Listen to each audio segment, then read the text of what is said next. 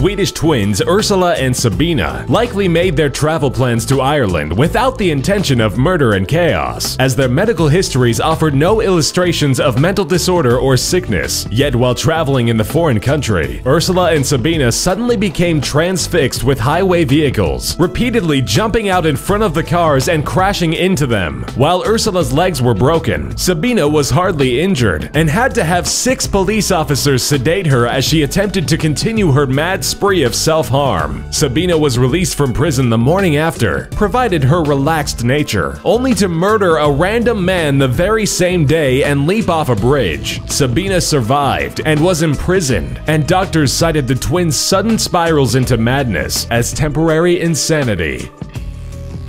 Craig and Mark Sanders finally found love in twin sisters Diane and Darlene after meeting the two women at a Twin Day celebration. While Craig dated Diane and Mark dated Darlene, the four were soon inseparable, planning all of their events together. After winning several $1,000s in a casino, a group decision was made to get married, and the four planned a joint wedding ceremony. At Diane and Darlene's insistence, Craig and Mark moved into houses with their wives right next to each other, and then, to almost no one's surprise, Diane and Craig later had twin boys. In 1940, twins Jim Lewis and Jim Springer were separated at birth after being put up for adoption. When they finally met at age 39, both found shocking similarities in their lifestyles. Their respective adoptive parents both named each Jim. Both men married twice, first to a woman named Linda and then to women named Betty. Both had dogs growing up with the same name of Toy. Both named their sons James Allen. Both were police officers who favored the same beer, cigarettes, and even drove the same car.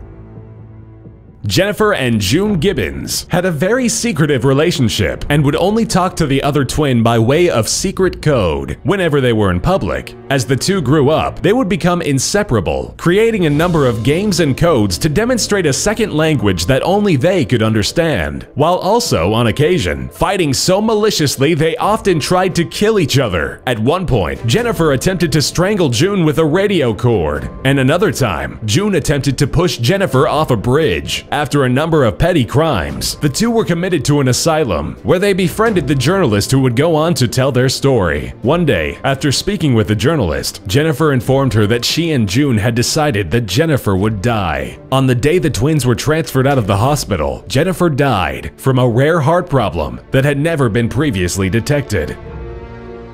When Edith Casas fell in love with the man of her dreams, her parents decided to intervene before she could marry. While Victor remained Edith's Prince Charming, he was currently serving 13 years in prison for the murder of Edith's twin sister. Victor, who had killed Edith's sister Johanna just 2 years earlier, had a craving to continue his sexual relationship with Johanna, who was, at the time of her death, a model. Adamant his relationship with Johanna was casual and not romantic, Victor professed his true love was really Edith, and he definitely wouldn't murder this one this time. But Edith's parents intervened, begging the courts to postpone the wedding so a mental evaluation could be performed on Edith. This way her parents could find a loophole to prevent Edith from marrying her sister's killer. Edith passed the evaluation, however, and on February 14th, 2013, she married Victor, who is still serving time for his original crime of killing his new married wife's own twin.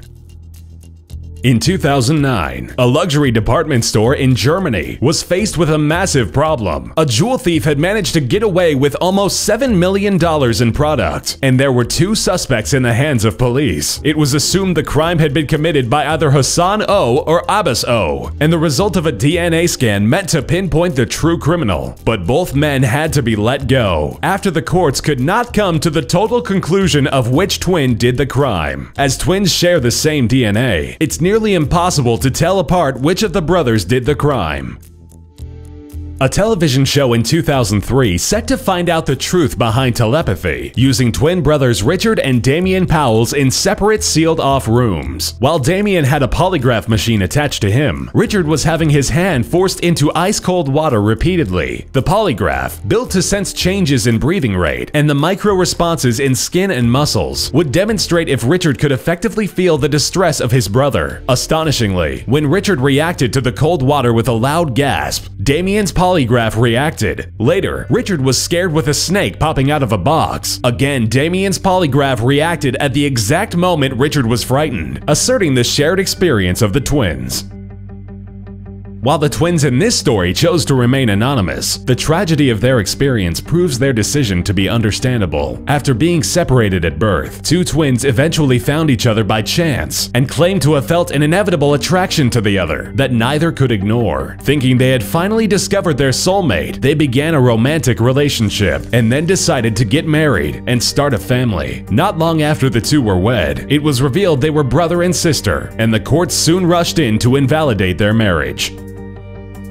In Finland in 2002, a 73-year-old man was killed tragically in a cycling accident, having been struck by a large transportation truck. As police quickly raced to find the identity of the man, they were soon informed another 73-year-old man had been killed by a large truck while he was cycling on the side of the road just 2 hours earlier. Thinking there had been some mistake and the accident had been duplicated in the records, the officers attempted to correct the issue, only to find that there was indeed two 73-year-old men who were killed by a large transportation truck while cycling. The two men turned out to be twin brothers whose shared cycling activity ended up being both of their demise.